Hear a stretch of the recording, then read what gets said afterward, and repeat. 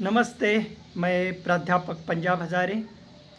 आज के तासिकाओं में हम लोग शव यात्रा कहानी के कथानक पर चर्चा करते हैं।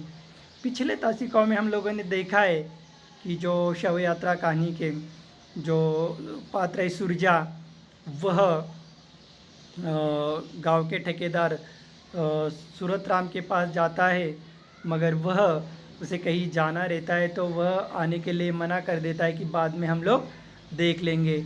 उसके और देखकर कहता है कि उसके शरीर पर पहनने के लिए तन पर जो कपड़ा ढंग का नहीं है और पक्का मकान बनाने की बात करता है। उसे हंसी आती है, मगर वो रोक लेता है और इस बात को टाल देता है कि मुझे कहीं जाना है, हम लोग कल देखेंगे या बाद में देखेंगे।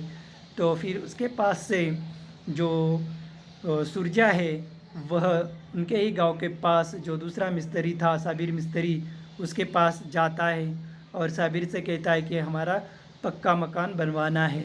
तो साबिर कहता है ठीक है, मैं कल आकर देख लूँगा। और जो कुछ पैसे की बातचीत है उन दोनों के बीच में हो जाती है। और जैसे ही दूसरे दिन मतलब उसके पास से सुरजा घर वापस लौटता है, तो आते ही मतलब जो सलोनी थी, उस कल्लन की बेटी, उसको बड़ी बुखार आई थी और वो सुरजा कल्लन से कहता है कि मैं किसी झाड़ फूके को बोल दूँ। वो कहता है नहीं है। तो वो कहता है मैं कि गांव के डॉक्टर से जाता है और गांव के डॉक्टर को बड़ी मिन्नती करता है कि एक बार आकर सलोनी को देख ले और दवा दे। मगर वह डॉक्टर जो है वह उसको देखने के लिए और आने के लिए मना कर देता है। वो कहता है कि मैं अगर आपके घर सलोनी को देखने के लिए आ जाऊंगा तो मेरी कल से क्लिनिक बंद हो जाएगी, कोई भी चमार मेरे क्लिनिक पर नहीं आएगा। तो वह कुछ दवाई लिख कर देता है और ये लेने के लिए कहता है, मगर वह दवाओं का जो सलोनी पर कोई भी असर नहीं होता है। कि देखिएगा कि एक चमार जाति के लोग उस गांव में सभी चमार जाति के ही है, और वह चमार होने के बावजूद भी उनके बीच में कैसा छुआछूत का भेदभाव है। क्योंकि ये जो बल्लार जाति है वो सबसे मतलब समाज व्यवस्था में निचले पायदान पर है, और वो भी छूत है। और ये भी कि जो दलित ही, ये दोनों दलित ही है, मगर दलितों में ही छुआछूत का भेदभाव। तो वह आने के लिए मना कर देता है और दवाई देता है, मगर वो दवाई कोई उसके ऊपर असर नहीं करती है।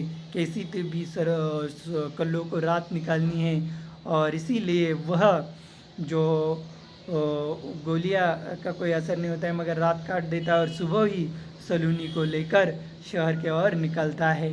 और शहर जाने के लिए और गांव के बीच में 10-12 किलोमीटर की दूरी है, इसलिए वो गांव के चमारों को बैलगाड़ी मांगता है, मगर कोई भी चमार जो है उनको बैलगाड़ी देने के लिए मना कर देता है।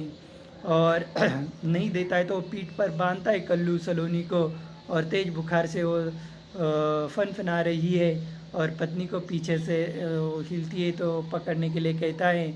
और जब आधे रास्ते में जाता है तो उसका बोझा बढ़ने लगता है, और जो सलोनी की है वो हाथ पैर या उसकी हलचल बंद हो जाती है। तो पत्नी को कहता है देखने को, तो वो कोई हलचल नहीं करती है। तो सड़क पे उसको उतारते हैं पीठ पे से, जो बांधा था उसने झूली बनाकर। तो देखता है कि उसमें मतलब सलोनी की मृत्यु हो गई है। इसी बोलती चालती जो सलोनी 10-12 साल की लड़की, उनके सामने उसकी क्या हो जाती है, मृत्यु हो जाती है। दोनों पति पत्नी जोर जोर से रोने लगते हैं, मगर आता जाता जो रास्ते से जो राहगीर है वो सिर्फ उनको देखता है और पहचान लेता है कि ये जो अपने गांव का बल्लार जाति का है, इसलिए कोई उनसे मदद नहीं करता है और आगे चले जाते हैं। मगर वो किसी की सहायता की राह देखता है, मगर कोई सहायता नहीं करता है। तो वैसे ही उसको पीठ पर उठाता है और रो रो कर दोनों पति पत्नियों के बेहाल हो गए और वापस लौटता है। तो लौटने के बाद जो दूर से ही सुरजा है, वह कल्लू को और उसके पत्नी को पहचान लेता है। उसको दिखता कम है, मगर आकृति से पहचान लेता है। नज़दीक आने के बाद उसे पता चलता है कि ये कल्लू ही है, और उस सलोनी को देखकर ज़ोर ज़ोर से मतलब वो भी रोने लगता है, सुरजा भी, संतो भी और कल्लू।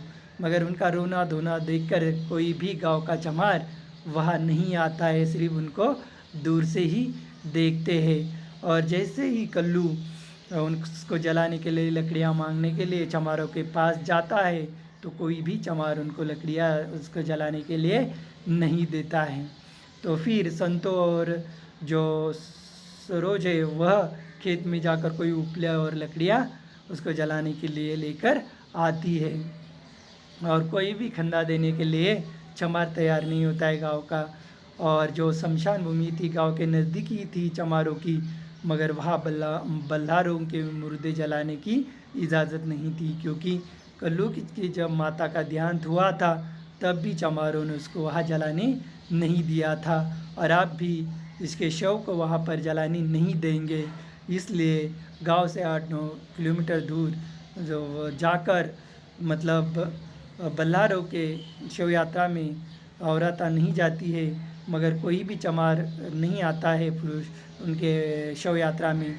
इसीलिए संतो और जो सरोज है उसको उस शव यात्रा में शामिल होना पड़ता है। संतो आग की हंडी लेती है और उपलों का टोपला जो टोकरी है वह सिर पर लेती है, और सरोज भी जो लकड़ियों की गठरी उठा लेती है, और जो सलोनी को सुरजा और कल्लू लेकर जो शव यात्रा उसकी सलोनी की निकलती है, मगर उस शव यात्रा में कोई भी गांव का चमार शामिल नहीं होता है। तो जो गांव के औरतें है वो भी घर के ऊपर छत पर जाकर देखती है, और उनके आंखों की कोर भी भीग जाती है कि कैसे लोग हैं, मतलब कोई उनकी सहायता नहीं कर रहा है। पूरे चमारों के बीच एक बल्लारों का परिवार है, और इसी शव यात्रा निकलती है और वह सलोनी को जलाकर आता है।